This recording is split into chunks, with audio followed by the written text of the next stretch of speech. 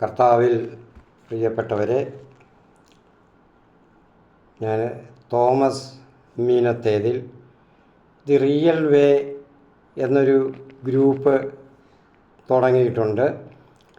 അത് പലർക്കും അറിയാമായിരിക്കും. അതായത് ബൈബിൾ അടിസ്ഥാനത്തിൽ ബൈബിൾ വഴി നമ്മൾ കണ്ട ക്രിസ്തുവിനെ, മനസ്സിലാക്കിയ ക്രിസ്തുവിനെ അനുകരിച്ച് മുന്നോട്ട് പോയി പിതാവിനെ ലക്ഷ്യം വെച്ച് ആ ക്രിസ്തുവിൻ്റെ കൂടെ നമ്മൾ മുന്നോട്ട് പോയി ദൈവരാജ്യത്തിൽ പ്രവേശിക്കുക എന്നുള്ളതാണ്. അപ്പോൾ അതിൻ്റേതായിട്ടുള്ളൊരു വഴിയാണ്. കർത്താവ് പറഞ്ഞു, ഞാനാണ് വഴിയും സത്യവും ജീവനും. ആ റിയൽ വേ ആണ് ഇന്ന് ഞാൻ ഇവിടെ ആ റിയൽ വേ ഗ്രൂപ്പ് കൊണ്ട് ആ പേര് കൊടുത്തതിൻ്റെ ഉദ്ദേശം. ഇന്ന് പല വഴിയും മാർഗങ്ങളും പലരും കാണിച്ചു തരുന്നുണ്ട്, പലരും പറഞ്ഞു തരുന്നുണ്ട്. പക്ഷേ പലയിടത്തും പല വിധത്തിലായി പോകുന്നുണ്ട്. അപ്പം അതൊക്കെ പരിഹരിച്ച് മുന്നോട്ട് പോകണം. യഥാർത്ഥത്തിൽ ബൈബിൾ വചനങ്ങളെ അടിസ്ഥാനമാക്കി തന്നെ കത്തോലിക്ക സഭയുടെ പ്രബോധനങ്ങളിൽ എല്ലാം ആ ഫ്രെയിം വർക്കിൽ തന്നെ നിന്നുകൊണ്ട് മുന്നോട്ട് ഉള്ള ഒരു മാർഗമാണ് ദി റിയൽ വേ. അപ്പോൾ അതിൻ്റെ ആഭിമുഖ്യത്തിൽ ആദ്യമായിട്ട് ഫേസ്ബുക്ക് മാധ്യമ മീഡിയ ആദ്യമായിട്ട് തുടങ്ങുകയാണ്. മീഡിയയിലെ ആദ്യത്തെ ടോക്ക് തുടങ്ങുകയാണ്. ബൈബിൾ പഠനമാണ് ഇതുകൊണ്ട് ഏറ്റവും കൂടുതലായിട്ട് ഉദ്ദേശിക്കുന്നത്. ബൈബിൾ ക്ലാസ്, അത് പഠനം. ഇപ്പം പ്രധാനമായിട്ട് ഇപ്പോഴും ഞാൻ ഈ തുടക്കത്തിൽ തന്നെ ഞാൻ പറയാൻ ഉദ്ദേശിക്കുന്നു, എന്നെ പഠിപ്പിച്ചിട്ടുള്ള ഗുരുക്കന്മാർ, പ്രത്യേകിച്ച് എന്നോട് ഒരു കൂടുതൽ അഫെക്ഷൻ കാണിച്ചിട്ടുള്ള ഗുരുക്കന്മാർ, പ്രധാനമായിട്ട് എനിക്ക് ഇപ്പോഴും ഓർമ്മിക്കാൻ പെട്ടെന്ന് കഴിയുന്നത് ജോസഫ് മാത്യു ബ്രദർ ചങ്ങനാശ്ശേരി, പിന്നെ സഭയുടെ എന്നെ കൂടുതലായിട്ട് കഴിഞ്ഞ കാലങ്ങളിലെല്ലാം വളരെയധികം പ്രോത്സാഹിപ്പിച്ചുകൊണ്ടിരുന്ന വന്ധ്യ വൈദികർ, മലങ്കര റീത്ത്, ലത്തീൻ റീത്ത്, മലബാർ റീത്തിലൊക്കെ എന്നെ കൂടുതൽ എനിക്ക് പ്രേരണ തന്ന് എന്നെ തീക്ഷ്ണതയാക്കിയ പല പിതാക്കന്മാരുണ്ട്. ചിലർ മൺമറഞ്ഞു പോയി. എല്ലാവരെയും ഞാൻ ഈ സമയത്ത് ഓർത്ത് അവർക്ക് വേണ്ടി ഇത് സമർപ്പിക്കുന്നു. അതുപോലെ തന്നെ എൻ്റെ മലങ്കര റീത്തിലുള്ള ഞങ്ങളെ എല്ലാ വന്ധ്യ വൈദികരെയും അഭിവന്ധ്യ പിതാക്കന്മാരെയും എല്ലാവരെയും ഓർത്ത് ഇത് സമർപ്പിക്കുന്നു. ഇന്ന് ഞാനിത് ഇവിടെ പറയാൻ പോകുന്നത് വിശദമായിട്ടുള്ളൊരു പഠനമല്ല. സാധാരണ രീതിയിൽ തെറ്റുപറ്റുന്ന ഒരു അവസ്ഥയാണ്. എല്ലാവർക്കും ഇത് പറ്റുന്നു. എല്ലാ വിശ്വാസികൾക്കും, എല്ലാ വൈദികർക്കും, ചിലവർക്ക് മെത്രാന്മാരും തന്നെയും ചിലപ്പോൾ അത് ഉപയോഗിക്കുന്ന ഒരു വാക്കാണ്, ഒരു പ്രാർത്ഥനയുണ്ട്, കൃപ നിറഞ്ഞ മറിയമേ സ്വസ്തി എന്നുള്ള പ്രാർത്ഥന ആദ്യകാലം മുതലേ നമ്മൾ ഉപയോഗിക്കുന്നതാണ്. അപ്പോൾ ഞാനിവിടെ പറയാൻ പോകുന്ന ഒരു 10-15 വർഷമായിട്ട് ആണ് അതിൽ ഒരു വ്യതിയാനം, ബൈബിളിൽ നിന്നും അല്പം മാറി ഒരു വാക്കുകൾ ഉപയോഗിക്കുന്നു.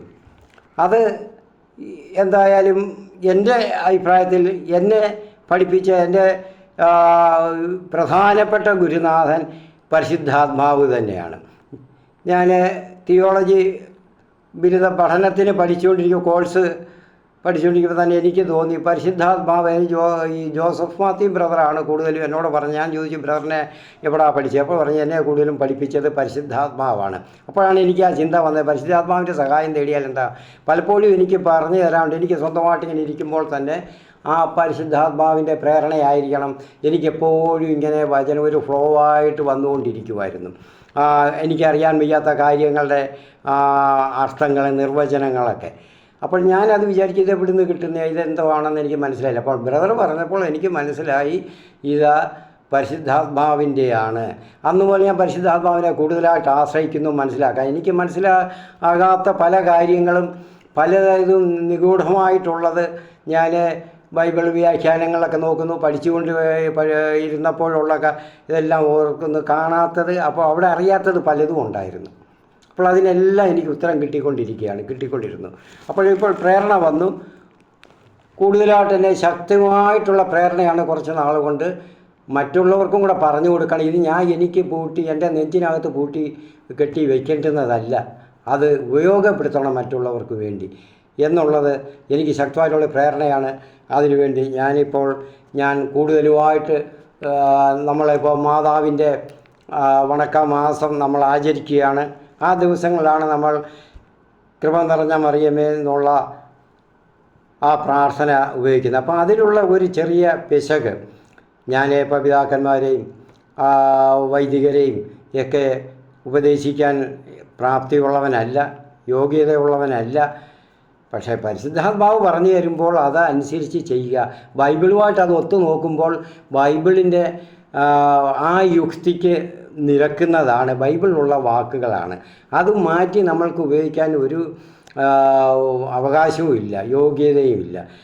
ഒരു 15 വർഷം കൊണ്ടുള്ള മാറ്റമാണ് അത് ഞാൻ പറയുന്നത്. അതിന് മുൻപൊന്നും ഇല്ലായിരുന്നു. ഞാൻ ചെറുപ്പത്തിലും എല്ലാം ഇത് പഠിച്ച വാക്കുകൾ അത് തന്നെയായിരുന്നു. പക്ഷേ ഇപ്പോൾ എൻ്റെ ഉദ്ദേശം ഇതെന്തുകൊണ്ട് മാറി എന്നുള്ളതാണ്. കരിസ്മാറ്റിക്കുകാർ കൊണ്ട് നമ്മൾക്ക് ഒരുപാട് ഉപയോഗങ്ങളുണ്ടായി, ഒരുപാട് ഗുണങ്ങൾ, ഒരുപാട് പുണ്യങ്ങളുണ്ടായി. കാരണം കരിസ്മാറ്റിക് ആ ഒരു സ്റ്റൈൽ വന്നപ്പോഴത്തേക്ക് നമ്മുടെ റിലീജിയസായിട്ട് ആത്മീയമായ ഒരു ജീവിത ശൈലി രൂപപ്പെട്ടപ്പോൾ അതുവരെയും ഉപയോഗിക്കാതിരുന്ന നമ്മൾ എവിടെയെങ്കിലുമൊക്കെ മാറ്റി വെച്ചിരുന്നു. അത്യാവശ്യം വരുമ്പോൾ മാത്രം ഉപയോഗിക്കുമായിരുന്ന ബൈബിൾ സ്ഥിരമായിട്ട് ഉപയോഗിക്കാൻ തുടങ്ങി, സ്ഥിരമായിട്ട് വായിക്കാൻ തുടങ്ങി, പിന്നെ അത് പഠിക്കാൻ തുടങ്ങി, പിന്നീട് അത് ഹൃദയസ്ഥമാക്കാൻ തുടങ്ങി. അതിൻ്റെ വ്യാഖ്യാനങ്ങൾ നമ്മൾക്ക് അവരിൽ നിന്നാണ് കിട്ടിയത്. അപ്പോൾ ഒരുപാട് പുണ്യങ്ങൾ അങ്ങനെ കിട്ടി. നമ്മുടെ ജീവിതചര്യകളിൽ തന്നെ മാറ്റം വന്നു. നമ്മുടെ ആ ഒരു സ്വയം ആശ്രയത്വത്തിൽ നിന്ന് ദൈവാശ്രയത്തിലേക്ക് തിരിയാൻ നമ്മൾക്ക് സാധിച്ചു. ഇങ്ങനെയുള്ള നന്മകളൊന്നും മറക്കുന്നില്ല. പക്ഷേ ഒരു 10-15 വർഷമായിട്ട് അത് കൂടിയപ്പോൾ ഒരു ചെറിയ പിശക് വന്നു. പക്ഷേ അതെല്ലാവരും അത് ഉപയോഗിക്കുന്നു. കാരണം കരിസ്മാറ്റിക്കാർ കൂടുതലും പോപ്പുലറായിട്ടുള്ള അൽമായർ, നമ്മളെ സുവിശേഷ രംഗത്തുള്ളവർ, ധ്യാനിപ്പിക്കുന്ന ധ്യാന ഗുരുക്കൾ, അത് ചിലപ്പോൾ മിക്കവാറും വൈദികരായിരിക്കും, ശ്രേഷ്ഠരായ വൈദികരാണ്. അപ്പോൾ അവർക്ക് ഒരു തെറ്റ് വരുമ്പോൾ ആ സമൂഹത്തിനെ അവർ പ്രതിനിധാനം ചെയ്യുന്ന, അവരെ കേൾക്കുന്ന, ശ്രവിക്കുന്ന, കാണുന്ന ആ സമൂഹത്തെ സ്വാധീനിക്കും. അവരത് ഹൃദയസ്ഥമാക്കും, അത് അനുകരിക്കും. ഒരു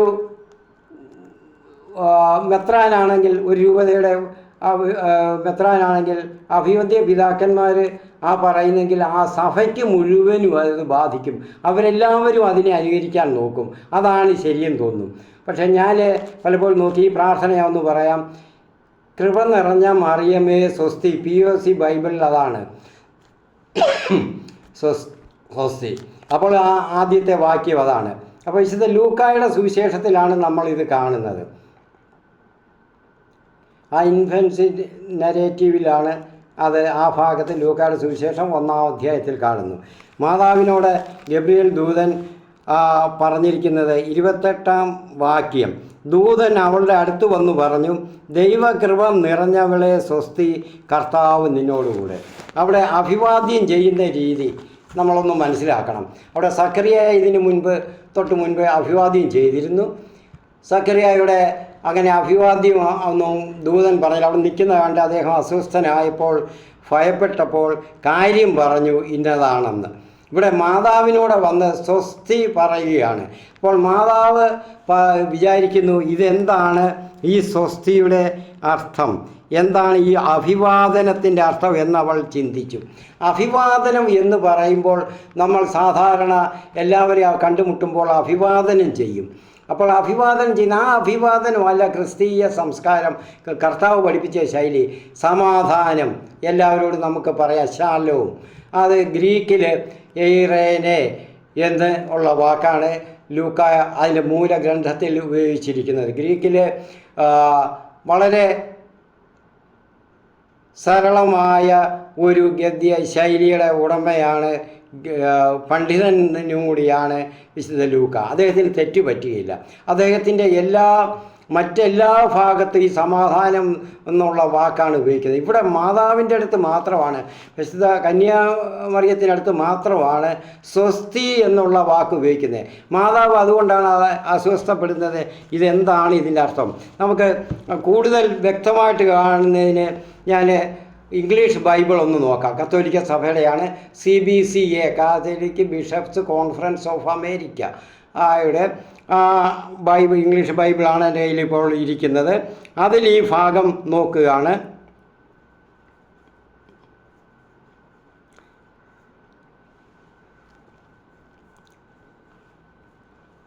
അത് 28-ാം വാക്യം തന്നെ. അതിൽ and coming to her he said, hail favoured one,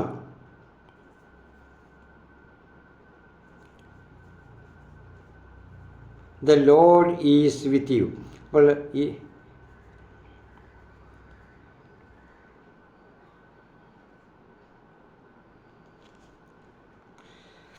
but she was greatly troubled at what was said and pondered what sort of greeting this might be.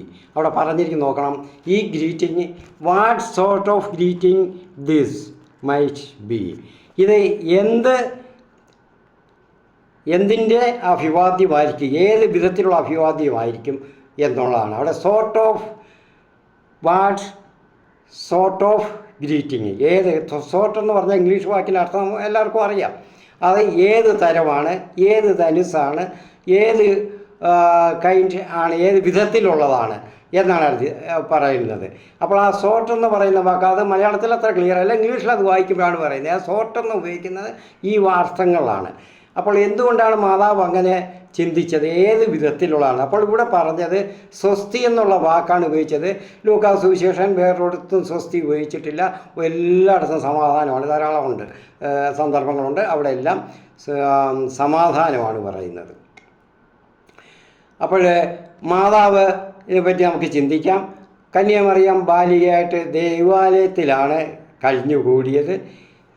കന്യാപ്രായമായപ്പോഴാണ് ഭവനത്തിൽ വന്നത്. ഇതൊക്കെ എല്ലാവർക്കും അറിയാം. അപ്പം മാതാവ് ഇതൊന്നും അറിയാത്തതല്ല സ്വസ്തിയുടെ കാര്യം. സ്വസ്തി എന്നുള്ളത് കേട്ടിട്ടില്ല. സമാധാനം, ശാലോം കേട്ടിട്ടുണ്ട്. അപ്പോൾ ഇത് സ്വസ്തി പറഞ്ഞ് ഖൈറേൻ, സ്വസ്തിക്ക് ഗ്രീക്ക് വാക്ക് ലൂക്ക ഉപയോഗിച്ചിരിക്കുന്ന ഖൈറേൻ എന്നാണ്. ആ ഖൈറേൻ എന്ന വാക്കിൻ്റെ അർത്ഥം അത് ഏത് വിധത്തിലുള്ളതാണെന്നാണ് മാതാവ് അവിടെ ആലോചിച്ച് അവിടെ നിന്നത് എന്തായിരിക്കുമെന്ന് ആലോചിച്ചത്.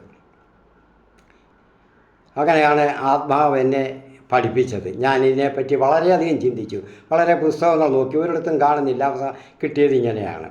അപ്പോൾ അത് നമ്മളെ സെമിനാറുകളൊക്കെ പഠിപ്പിക്കുമ്പോഴും ബിരുദ പഠനത്തിന് തിയോളജി ഒക്കെ പഠിക്കുമ്പോഴും അത് ഒരു മൈന്യൂട്ടായിട്ട് ചിന്തിച്ച് ചിലപ്പോൾ പലരും പഠിപ്പിക്കുന്ന ഗുരുക്കന്മാർ, വന്ധ്യ വൈദികർ, അതേ ശ്രേഷ്ഠരായ നമ്മൾ മെത്രാന്മാർ, പിതാക്കന്മാർ വിശദീകരിച്ചെന്ന് വരുത്തില്ല. ഒരുപക്ഷെ അത് ഒരു മൈന്യൂട്ട് കാര്യം അതങ്ങ് വിട്ട് കാണും, ആ ഒരു വാക്കിൻ്റെ കാര്യം. പക്ഷേ ബൈബിളിനെ സംബന്ധിച്ചിടത്തോളം ഓരോ പ്രിപ്പോസിഷൻസ്, കൺജക്ഷൻസ്, ഇതിനെല്ലാം വിലയുണ്ട്. അതിലെല്ലാം നിഗൂഢങ്ങളായ അർത്ഥങ്ങളുണ്ട്. ഞാൻ മനസ്സിലാക്കിയത് അതാണ്. അപ്പോൾ ഇവിടെ ഖൈറേൻ എന്ന വാക്ക് എല്ലാവരും സമാധാനത്തിന് വേറെ ആരോടും ഉപയോഗിക്കുന്നില്ല. എന്തുകൊണ്ടായിരിക്കണം? മാതാവിനോട് ഇങ്ങനെ വന്ന് പറഞ്ഞത്, പരിശുദ്ധ കന്യാമറിയം മറിയത്തോടെ ബാലികയോടെ വന്ന് ദൂതൻ പറഞ്ഞത് കർത്താവ് അയച്ചിട്ടാണ്, സ്വർഗത്തിൽ നിന്ന് അയച്ചതാണ്. മാതാവ് അത് നേരത്തെ തന്നെ, ജനനത്തിന് മുൻപേ തന്നെ മറ്റുള്ള ജനങ്ങളിൽ നിന്നും, സ്ത്രീകളിൽ നിന്നും, പുരുഷന്മാരെല്ലാം തന്നെ, മനുഷ്യജീവികളിൽ നിന്ന് തന്നെ വ്യത്യസ്തമായിട്ട് സ്വർഗം കണ്ടിട്ടുണ്ട്, ഉയർത്തിയിട്ടുണ്ട്. മാതാവിനെ ഒരു അപ്ഗ്രേഡ് ചെയ്യുകയാണ് അവിടെ. ഏറ്റവും ഒരു സൂപ്പർ മോസ്റ്റായിട്ട് എടുത്തിരിക്കുകയാണ്. അതുകൊണ്ടാണ് ആ ഖൈറേൻ എന്നുള്ള വാക്ക്, സ്വസ്തി എന്നുള്ള വാക്ക് ഉപയോഗിച്ചത്. സാധാരണക്കാരോട് എല്ലാവരോടും നമ്മൾ ഔദ്യോഗികമായിട്ട് ഉപയോഗിക്കുന്ന സമാധാനമാണ്. ഇവിടെ കൈറേൻ, അതായത് ഇറേനെ, ഇത് ഇവിടെ കൈറേൻ എന്ന് ഉപയോഗിച്ചപ്പോൾ മാതാവിനെ സ്വർഗത്തിൻ്റെ ആളായിട്ട്, സ്വർഗത്തിലെ പ്രധാന വ്യക്തിയായിട്ട് ദൂതൻ കണ്ടു. ദൂതൻ അഭിവാദ്യം ചെയ്യുന്നത് ഈ വാക്കാണ്, സ്വസ്തിയാണ്. അത് മാതാവിനെ അസ്വസ്ഥമാക്കി. അപ്പം നമ്മൾ മനസ്സിലാക്കിയിരിക്കണം, നമ്മളിപ്പോൾ ഞാൻ പറഞ്ഞു ഒരു 10-15 വർഷം കൊണ്ട് നമ്മൾ ഇത് സമാധാനം എന്ന് എല്ലാവരും പറയുന്നു. എവിടെയോ കരിസ്മാറ്റിക്കിൽ നിന്ന് അതിന് മുൻപൊന്നും ഇതൊന്നും വന്നിട്ടില്ല, കേട്ടിട്ടില്ല. അപ്പോൾ ഈ കരിസ്മാറ്റിക്കിലൊക്കെ പോയി കുറച്ച് അതിലൊക്കെ വളരെ നാൾ ഇടപെട്ടതിൻ്റെ ഭാഗമായിട്ട് ഓരോരുത്തർ സ്വന്തം ബുദ്ധിയിൽ ആശ്രയിച്ചു, സ്വന്തം വ്യാഖ്യാനങ്ങളിലും വിശകലനങ്ങളിലും അത് അവർ ആശ്രയിച്ചു. അങ്ങനെ വന്നതാണ് സമാധാനമാണ് എല്ലായിടത്തും കാണുന്നത്. അപ്പോൾ ഇവിടെ മാത്രമേ ഉള്ളൂ സ്വസ്തി ബൈബിളിൽ, വേറൊരിടത്തും സ്വസ്തി കാണുന്നില്ല അഭിവാദനത്തിൽ. അപ്പോൾ വിചാരിക്കുകയാണ് എല്ലാത്തിനും സമാധാനം പറഞ്ഞാൽ മതിയെന്ന്. അപ്പോൾ ഒരു സുവിശേഷകരും കരിസ്മാറ്റിക് ലീഡറും പറഞ്ഞു കഴിഞ്ഞാൽ അതിൽ പങ്കെടുത്തവരെല്ലാവരും ഞാൻ നേരത്തെ പറഞ്ഞു അവരങ്ങനെയായി. വൈദികരും അത് കേട്ടു, അത് അനുകരിച്ചു. ശ്രേഷ്ഠരായ വൈദികരും അതിനെപ്പറ്റി കാര്യമായിട്ട് ചിന്തിക്കുന്നില്ലല്ലോ. മിക്കവാറും പഠിച്ചവരൊക്കെ ധാരാളം കാണും. BTH ഡോക്ടറേറ്റും ഒക്കെ എടുത്തവരൊക്കെ ഉണ്ട്, അവരും അത് ചിന്തിക്കുന്നില്ല. അഭിവന്ധ്യ പിതാക്കന്മാരും അതിനെപ്പറ്റി അത്ര കാര്യമായിട്ട് ചിന്തിച്ചിട്ടില്ല. അതെല്ലാവരും പറഞ്ഞു അത് എന്തെന്നുള്ള ചിന്തയേ ഉള്ളൂ. അത് പല കാര്യങ്ങളും അങ്ങനെ ഉണ്ട്. അപ്പോൾ ഇന്ന് ഈ കാര്യം പറയുന്നു. അതുകൊണ്ട് പ്രിയപ്പെട്ട വിശ്വാസികളെ, വന്ധ്യരായ വൈദികരെ, അഭിവന്ധ്യരും ശ്രേഷ്ഠരുമായ പിതാക്കന്മാരെ, ഞാൻ പറയുന്നത് ഇനി ഒരുപക്ഷെ ഞാൻ അതിനെ പഠിപ്പിക്കാൻ ഉപദേശിക്കാൻ യോഗ്യനല്ല. എങ്കിലും എൻ്റെ എളിയ ഒരു ചിന്തയാണ്. ഉപദേശത്തിനൊന്നും ഞാൻ യോഗ്യനല്ല, ഉപദേശം പറയാനൊന്നും. ഒരു ചിന്ത ചിന്ത വേറെ ആരും തന്നതല്ല, പരിശുദ്ധാത്മാവ് തന്നെ തന്നതാണ്. ഞങ്ങളെ പഠിപ്പിച്ച ഞാൻ റവൺ ഡോക്ടർ മൈക്കിൾ കാര്യമറ്റം, അദ്ദേഹവും ഇത് തന്നെയാണ് പറഞ്ഞത്, ഞാനിപ്പോഴും ഓർക്കുന്നു. അപ്പോൾ സ്വസ്തി എന്നുള്ള വാക്ക് തന്നെയാണ്, കൈറേൻ എന്നുള്ള വാക്ക് തന്നെയാണ്. അതിൽ നിന്ന് നമ്മൾ ബൈബിളിൽ പറഞ്ഞിരിക്കുന്ന ഈ സ്വസ്തിക്ക് എന്തിനാണ് നമ്മൾ മാറ്റം വരുത്തുന്നത്? നമ്മൾ കത്തോലിക്കർ ബൈബിളിനെ മുറുകെ പിടിക്കണം. മറ്റുള്ളവർക്ക് നമ്മളെ ആക്ഷേപിക്കാൻ നമ്മൾ വടി കൊടുത്ത് നമ്മൾ ബൈബിളിൽ മാറ്റം വരുന്നു. ബൈബിളിലെ ഓരോ വാക്കിന് ഞാൻ പറഞ്ഞല്ലോ, ഓരോ പ്രിപ്പോസിഷൻസിന് പോലും, ഓരോ കൺജക്ഷൻസിന് പോലും അർത്ഥമുണ്ട്. അതിനകത്ത് നിഗൂഢങ്ങളായ അർത്ഥങ്ങൾ ഒരുപാടുണ്ട്. അത് മാറ്റം വരുത്തരുത്. ബൈബിളിൻ്റെ അടിസ്ഥാനമായിരിക്കണം എല്ലാവരും ഉപയോഗിക്കുന്നത്.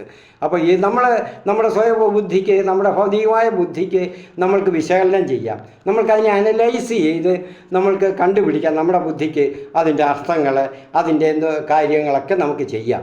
പക്ഷേ ഇതെല്ലാം ബൈബിളിലെ ഓരോ വചനങ്ങളുമായിട്ട് എഗ്രി ചെയ്യുന്നതായിരിക്കണം. ഇതിന് റീസൺ ആയിരിക്കണം. അതിന് റീസൺ ആയിരിക്കേണ്ടത് ബൈബിളായിരിക്കണം. ബൈബിളുമായിട്ടാണ് ഒത്തു നോക്കേണ്ടത്. നമുക്ക് കിട്ടുന്ന നമ്മുടെ ബുദ്ധിക്കായിട്ട് ആലോചിക്കുമ്പോൾ നമുക്കിത് കിട്ടേണ്ടുന്നത് ബൈബിളിൻ്റെ അടിസ്ഥാനത്തിൽ അത് ശരി എന്നുള്ളത് എഗ്രി ചെയ്യുന്നതായിരിക്കണം. അപ്പോൾ അതിൽ നിന്ന് അങ്ങനെ മാറ്റം വരുന്നത് ഞാൻ വിചാരിക്കുന്നു. അത് കേൾക്കുന്ന പലരും, എല്ലാവരും തന്നെ, എല്ലാ ജീവിതാന്തസ്സിലുള്ളവരും അത് ശ്രദ്ധിക്കുമെന്ന് തന്നെ ഞാൻ കരുതുന്നു. ഞാൻ പരിശുദ്ധാത്മാവിനോട് പ്രാർത്ഥിക്കുകയും ചെയ്യുന്നു. നമുക്ക് എല്ലാവർക്കും ആ ഒരു വെളിച്ചം എല്ലാവർക്കും കൊടുക്കട്ടെ, എല്ലാവർക്കും ഉണ്ടാകട്ടെ.